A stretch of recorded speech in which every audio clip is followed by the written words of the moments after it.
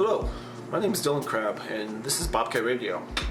This is a project of mine, just for general New Mexico news. And right now, I'm going to read to you all the bills that passed the latest legislative session.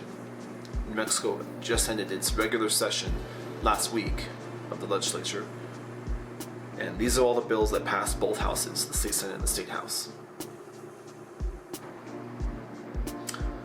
HB 99, medical malpractice changes, reforms the process of legal liability for medical malpractice with tiers of damage caps in legal cases and higher evidentiary standards for cases.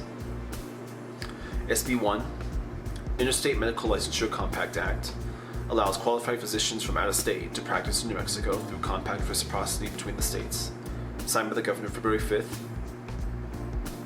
Not all of these bills have been signed by the governor, and I believe the governor has 20 days to sign them all, according to the governor's office that I called this morning.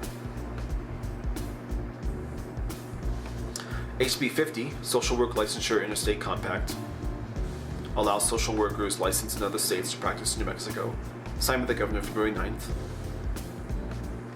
SB 241, Childcare Assistance Program Act, establishes universal access to childcare statewide, creating the Early Childhood Education and Care Fund. SB 101, Healthcare Delivery and Access Act, repeal, removes the sunset clause from a key hospital funding program, making the support permanent for Medicaid-serving hospitals. HB 306, prohibits certain healthcare facility fees, bans surprise facility fees for preventative outpatient vaccination and telehealth services. HB 9, Immigrant Safety Act, prohibits state and local governments from participating in detaining people for federal immigration violations and bans certain federal-local cooperative agreements, signed by the governor February 5th. That's probably going to be challenged in courts.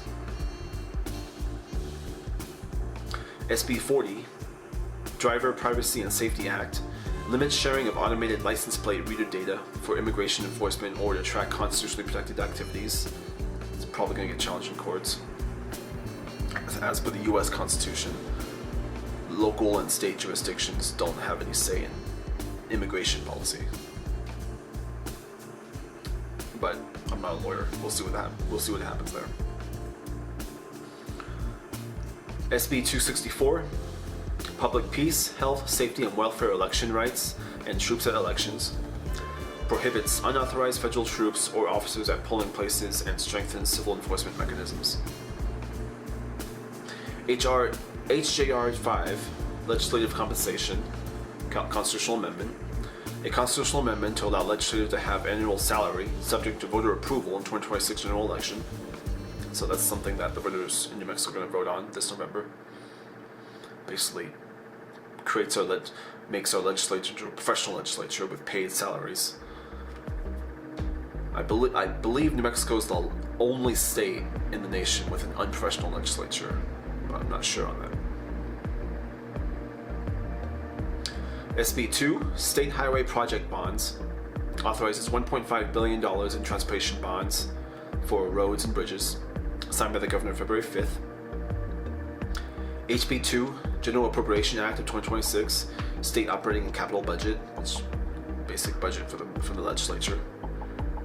And SB 29, Math Requirements for Teaching License, increasing mathematics requirements for teacher licensure. So there's new requirements for if you want to be a teacher in New Mexico. There's new mathematics requirements. Those are all the bills that passed both houses of the New Mexico legislature this year.